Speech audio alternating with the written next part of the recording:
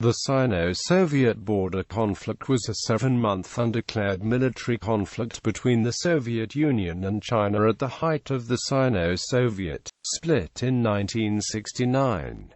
Although military clashes ceased that year, the underlying issues were not resolved until the 1991 Sino-Soviet Border Agreement. The most serious of these border clashes, which brought the two communist-led countries to the brink of war, occurred in March 1969 in the vicinity of Zhenbao Island on the Ussuri River. As such, Chinese historians most commonly refer to the conflict as the Zhenbao Island Incident. Background. History. Under the governorship of Zheng Shikai in northwest China's Xinjiang province, China's nationalist Kuomintang recognized for the first time the existence of a Uyghur people, following Soviet ethnic policy. This ethnogenesis of a national people eligible for territorialized autonomy broadly benefited the Soviet Union, which organized conferences in Fergana and Semi-Reichia in order to cause revolution in Altasha and Dzungaria. Both the Soviet Union and the White Movement covertly armed and fought with the ILI National Army, which fought against the Kuomintang in the Three Districts Revolution. Although the mostly Muslim Uyghur rebels participated in pogroms against Han Chinese in general, the turmoil eventually just resulted in the replacement of Kuomintang rule in Xinjiang with that of the Communist Party of China in the 1940s. On the academic side, Soviet historiography and more specifically Soviet Uyghur studies were politicized in increasing measure to match the tenor of the Sino-Soviet split from the 1960s and 1970s. One Soviet Turkologist named Tursun Rachmanov, who worked for the CPSU, argued that it was the modern Uyghurs who founded the ancient Tokokhus country, the Kara Khanate, and so forth. These pre-modern states' wars against Chinese dynasties were cast as struggles for national liberation by the Uyghur ethnic group. Soviet historiography was not consistent on these questions. When Sino-Soviet relations were warmer, for example, the Three Districts Revolution was portrayed by Soviet historians as part of the Greater Chinese anti-Kuomintang Revolution, and not an anti-Chinese bid for national liberation. The Soviet Union also encouraged migration of Uyghurs to its territory in Kazakhstan along the 4,380 kilometers border. In May 1962, when 60,000 ethnic Uyghurs in China's Xinjiang province crossed the frontier into the Soviet Union, fleeing the desperate economic conditions. Amid heightening tensions, the Soviet Union and China began border talks. In spite of the fact that the Soviet Union had granted all of the territory of the Japanese puppet state of Manchukuo to Mao's communists in 1945, decisively assisting the communists in the Chinese Civil War, the Chinese now indirectly demanded territorial concessions on the basis that the 19th-century treaties transferring ownership of the sparsely populated Outer Manchuria, concluded by Qing Dynasty China and Tsarist Russia, were unequal, and amounted to annexation of supposedly rightful Chinese territory. Moscow would not accept this interpretation, but by 1964 the two sides did reach a preliminary agreement on the eastern section of the border, including Zhenbao Island, which would be handed over to China. In July 1964, Mao Zedong, in a meeting with a Japanese socialist delegation, stated that Tsarist Russia had stripped China of vast territories in Siberia and the Far East as far as Kamchatka, which had never been controlled or claimed by a Chinese polity. Mao stated that China still had not presented a bill for this list. These comments were leaked to the public. Outraged, Soviet leader Nikita Khrushchev then refused to approve the border agreement. Geography. The border dispute in the West centered on 52,000 square kilometers of Soviet-controlled land in the Pamirs that lay on the border of China's Xinjiang region and the Soviet Republic of Tajikistan. In 1892, the Russian Empire and the Qing dynasty had agreed that the border would consist of the ridge of the Sarakol Range, but the exact border remained contentious throughout the 20th century. In the 1960s, the Chinese began to insist that the Soviet Union should evacuate the region. Since around 1900, after the Treaty of Beijing, where Russia gained out of Manchuria, the east side of the border had mainly been demarcated by three rivers: the Irgun River from the Tripati junction with Mongolia to the north tip of China, running southwest to northeast; then the Amur River to Khabarovsk from northwest to southeast, where it was joined by Ussuri River running south to north. The Ussuri River was demarcated in a non-conventional means.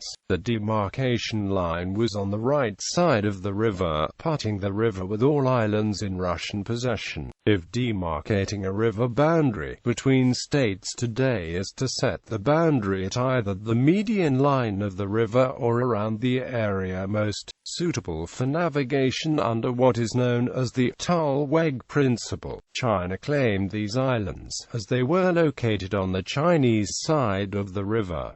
The USSR wanted almost every single island along the rivers, prelude to a nuclear crisis under People's War. During 1968, the Soviet Army had amassed along the 4,380 kilometers border with China, especially at the Xinjiang frontier in northwest China, where the Soviets might readily induce Turkic separatists to insurrection. Militarily, in 1961, the USSR had 12 divisions and 200 aeroplanes at that border. In 1968, there were 25 divisions, 1,200 aeroplanes, and 120 medium-range missiles. Moreover, even though PRC has more manpower available than the USSR, and it had already tested its first nuclear weapon, the People's Liberation Army was militarily inferior to the Soviet Army as far as equipment was concerned. Yet, the Chinese adopted an asymmetric deterrence strategy that threatened a large-scale conventional people's war in response to a Soviet counterforce. First strike. China's superiority in sheer numbers of troops was the cornerstone of Beijing's strategy to deter a Soviet nuclear attack. Since 1949, Chinese military strategy as articulated by Chinese leader Mao Zedong continually emphasized the superiority of man over weapons. Quote, "While weapons were certainly an important component of warfare, Mao argued that they were not the decisive factor. It is people, not things, that are decisive. The contest of strength is not only a contest of military and economic power, but also a contest of human power and morale." Quote, in Mao's view, non-material qualities, including subjectivity, creativity, flexibility, and high morale, were critical determinants in warfare. Quote, "The Soviets were not confident they could win such a conflict.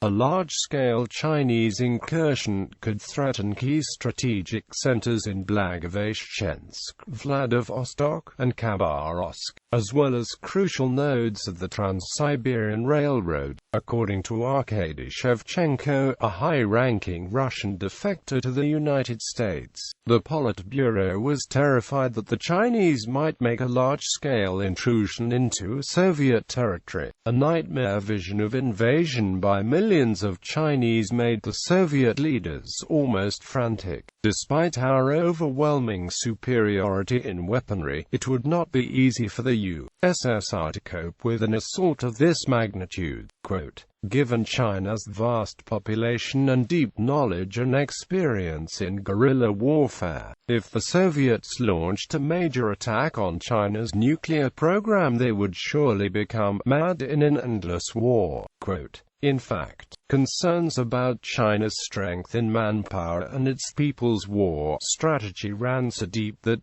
some bureaucrats in Moscow argued the only way to defend against a massive conventional onslaught was to use nuclear weapons. Some even advocated deploying nuclear mines along the Sino-Soviet border, by threatening to initiate a prolonged conventional conflict in retaliation for a nuclear strike. Beijing employed an asymmetric deterrence strategy intended to convince Moscow that the costs of an attack would outweigh the benefits. China had indeed found a potent threat, while most Soviet military specialists did not fear a Chinese nuclear reprisal, believing that China's arsenal was so small, rudimentary, and vulnerable that it could not survive a first strike and carry out a retaliatory attack. There was great concern about China's massive conventional army. Nikolai Ogarkov, a senior Soviet military officer, believed that a massive nuclear attack would inevitably mean world war. Quote, even a limited counterforce strike on China's nuclear facilities was dangerous, Ogarkov argued, because a few nuclear weapons would hardly annihilate a country the size of China, and in response China would fight unrelentingly. Border conflict of 1969. The number of troops on both sides of the Sino-Soviet border increased dramatically after 1964. Eastern Border. On March 2, 1969, a group of People's Liberation Army troops ambushed Soviet border guards on Zhenbao Island. The Soviets suffered 59 dead, including a senior colonel, and 94 wounded. They retaliated on March 15 by bombarding Chinese troop concentrations on the Chinese bank of the Ussuri River and by storming Zhenbao Island. The Soviets sent four then-secret T-62 tanks to attack the Chinese patrols on the island from the other side of the river. One of the leading tanks was hit and the tank commander was killed. On March 16, 1969, the Soviets entered the island to collect their dead. The Chinese held their fire. On March 17, 1969, the Soviets tried to recover the disabled tank, but their effort was repelled by the Chinese artillery. On March 21, the Soviets sent a demolition team attempting to destroy the tank. The Chinese opened fire and thwarted the Soviets. With the help of divers of the Chinese Navy, the PLA pulled the T-62 tank on shore. The tank was later given to the Chinese Military Museum. On March 15, 1969, the Chinese troops suffered significant losses and were repelled from Zhenbao Island. They did not return until September 1969, when Soviet border guards received the order not to fire on them. Western Border. Further border clashes occurred in August 1969, this time along the western section of the Sino-Soviet border in Xinjiang. After the Ussuri Incident and the Bachadao Incident, the Tla Incident finally broke out. Chinese troops suffered 28 losses. Heightened tensions raised the prospect of an all-out nuclear exchange between China and the Soviet Union. In the early 1960s, the United States had probed the level of Soviet interest in joint action against Chinese nuclear weapons facilities. Now the Soviets probed what the United States' reaction would be if the USSR attacked the facilities. Consequences of 1969.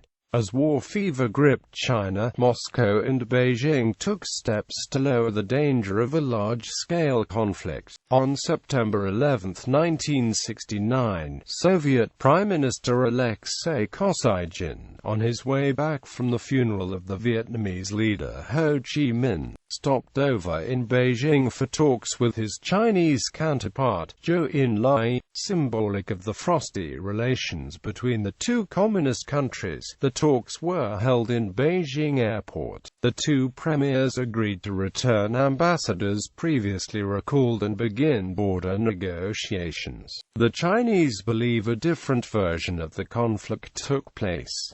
The Chinese Cultural Revolution increased tensions between China and the USSR. This led to brawls between border patrols, and shooting broke out in March 1969. The USSR responded with tanks, APCs, and artillery bombardment. Over 3 days the PLA successfully halted Soviet penetration and eventually evicted all Soviet troops from Zhenbao Island. During this skirmish the Chinese deployed 2 reinforced infantry platoons with artillery support. Chinese sources state the Soviets deployed some 60 soldiers and 6 BTR-60s, and in a second attack some 100 troops backed up by 10 tanks and 14 APCs including artillery. The PLA had prepared for this confrontation for 2 to 3 months. From among the units of 3 armies, the PLA selected 3 reconnaissance companies, each of which was composed of 200 to 300 soldiers and commanded by army staff members with combat experience. They were provided with special training and special equipment.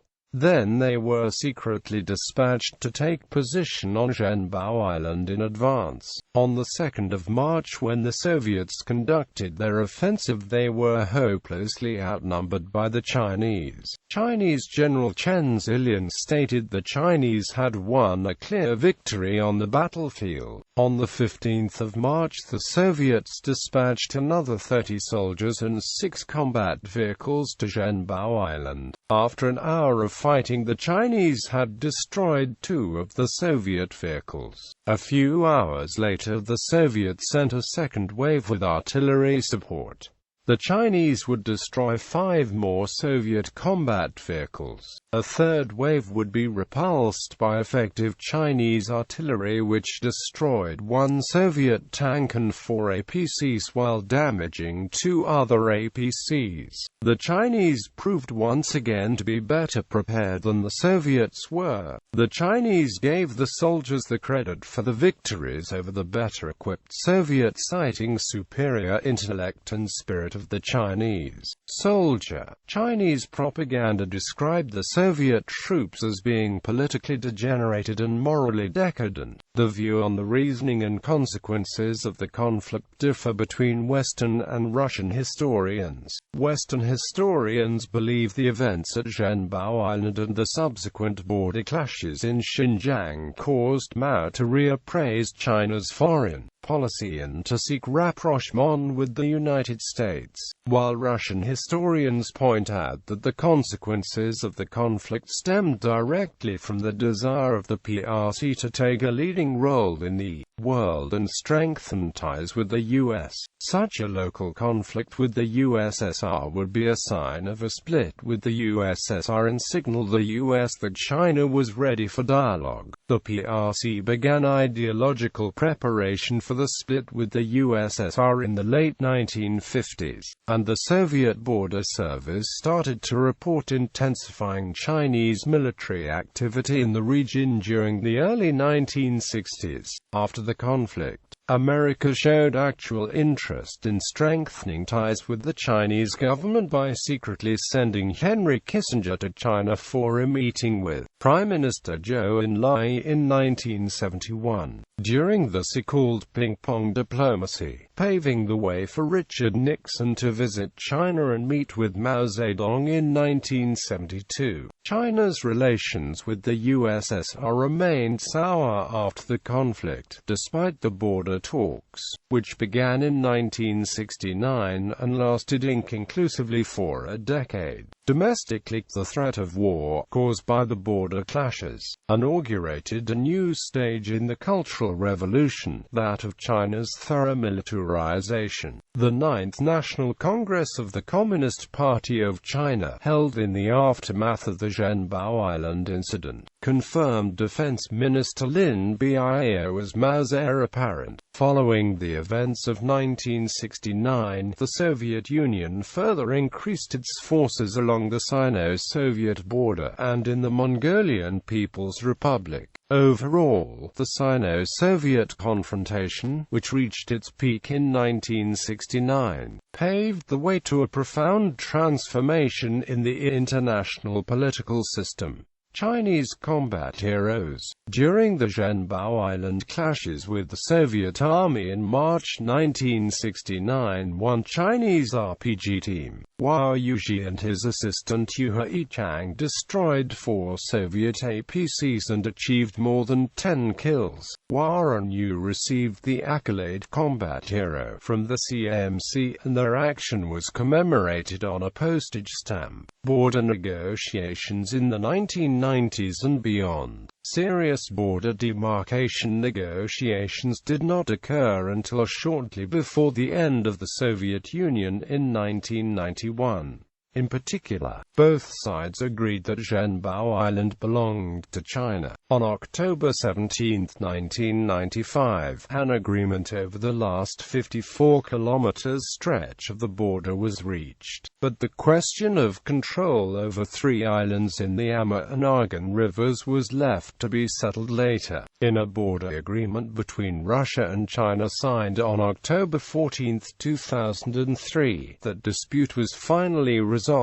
China was granted control over Tarabrov Island, Zhenbao Island, and approximately 50% of Bolshoi Ussuri Island, near Khabarovsk. China's Standing Committee of the National People's Congress ratified this agreement on April 27, 2005, with the Russian Duma following suit on May 20.